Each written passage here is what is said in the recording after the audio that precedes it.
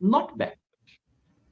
So here's my question. We all studied, read about, were inspired by Baba Saheb Ambedkar's idea of the annihilation of caste. How did we go from seeking eventually in an idealized world the annihilation of caste to basically, some might argue, institutionalizing, legitimizing caste stratification?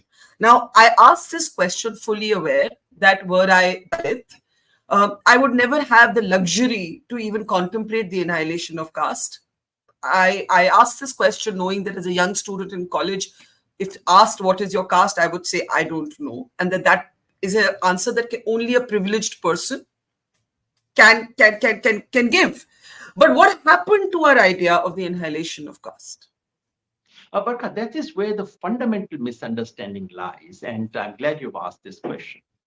Because the route to, I mean, annihilation of caste must be our national motto.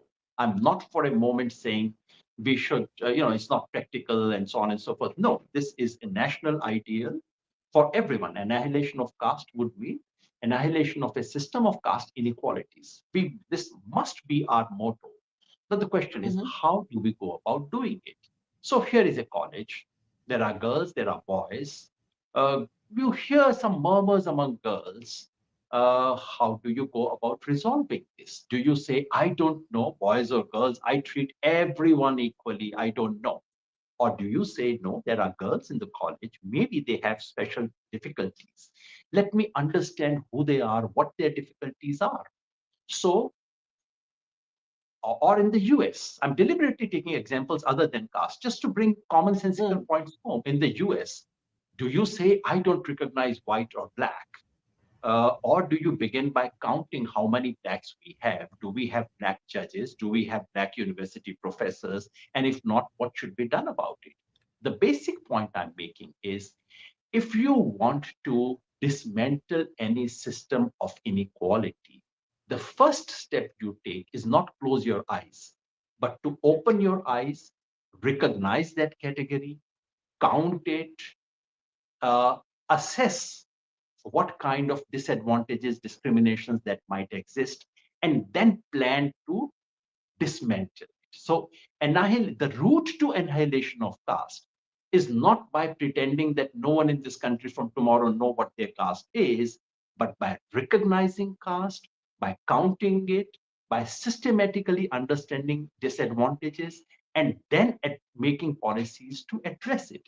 And this is Now, what caste census is all about. Caste census is a diagnostic tool. It is not a policy, and it's a diagnostic tool which is agnostic, which is irrelevant to the kind of medicine you may prefer. And even those who hate caste-based reservations, if they are honest in their opposition, then they should demand caste census, because most people don't even understand what caste census is.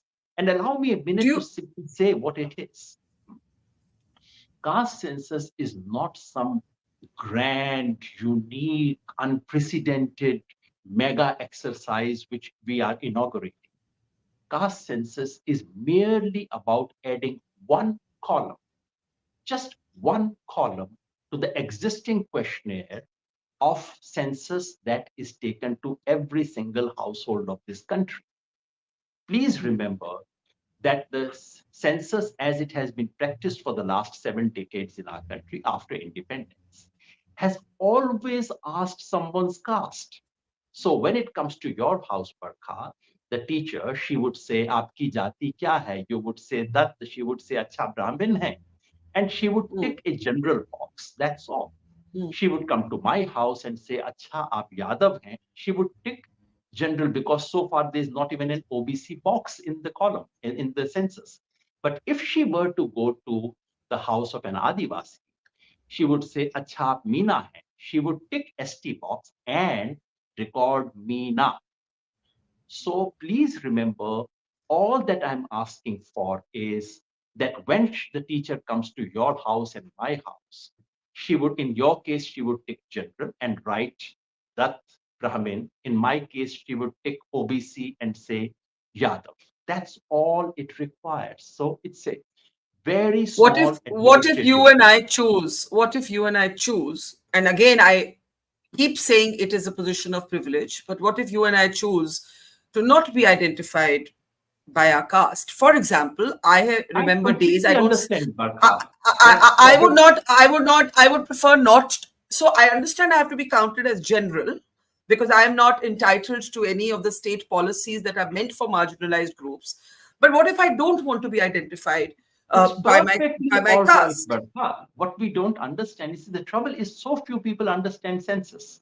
So please remember that the person would also ask for your religion.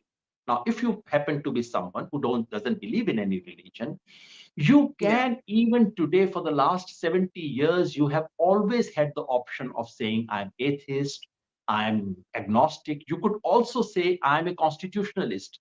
You could say, I'm a whatever wadi.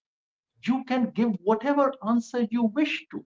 This would be perfectly all right. The only thing is that you would, if you do not get yourself put in any of the SC, ST, OBC box, then you would not be entitled to any privileges. So what you are saying hypothetically would be perfectly the case with my own children, because we have Yes. decided not to give them any caste name. So if the person comes, they would say, we don't know, put us in general.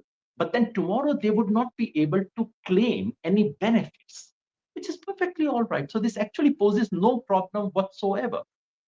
Okay, in that case, why have we seen in this past week such a big quarrel between the BJP and the Congress over Rahul Gandhi's caste, right? You saw that play out. And today we've had BJP leaders saying that if there is a caste census, then Rahul Gandhi would, like you and me, either he would choose to say, I don't choose to identify this way, and and you leave that column either vacant or in general or whatever you leave it in, but they have targeted him for his either for his caste being unknown or for his refusal to answer the question. And the Congress has moved a privilege motion because the Prime Minister actually backed the comments of Mr. Anurag Thakur when he said jiski jaat pata nahi and so on. Now, without getting into the personalized sort of quarrel between the two political leaders, my question to you is, are our politicians, our public figures who are advocating for a caste census obliged to say this is my caste? And should they take umbrage if they're asked that question? I simply don't see the connect. As I said, in my case, I have decided, my wife and I, we decided we don't want to call our children Yadav or Banerjee or Yadav Banerjee. Because we don't believe in caste. But to Correct. say that I don't believe in caste does not mean that because I do not believe in caste, caste has disappeared from this country. No, so I can Agreed. do both the things. A, not believe in caste and demand caste-based assessment, caste-based, because that is a category. If I and you don't believe in race, for example, does race cease to exist in the US? So there is absolutely no contradiction between these two things. And this entire But stuff that's going on in Lok Sabha, you know what the undertone is. When a Thakur gets up and says, Tumhari jaat kya hai? This has very different meaning in India. And I'm afraid that's what BJP is doing. he is saying it not to somebody from a so-called, he's also saying it to a person of a fellow privileged caste. A fellow privileged class, but probably not fellow privileged caste. In the classical Indian text, good or bad, there was Anulom Vivah and Pratilom Vivah. Anulom Vivah would be when a man of a higher caste would marry someone from a lower or outcast. And remember, all the foreigners were considered outcasts, or anyone not Hindu was considered outcast. So I think that's what they are playing on, the Anulom and Prati. They know their text very well, BJP people. And what they are Hmm. really trying to say is where you don't quite belong. You are, so that's basically what they're playing on. And it's actually this is not very different from what Trump is doing to Kamala Harris.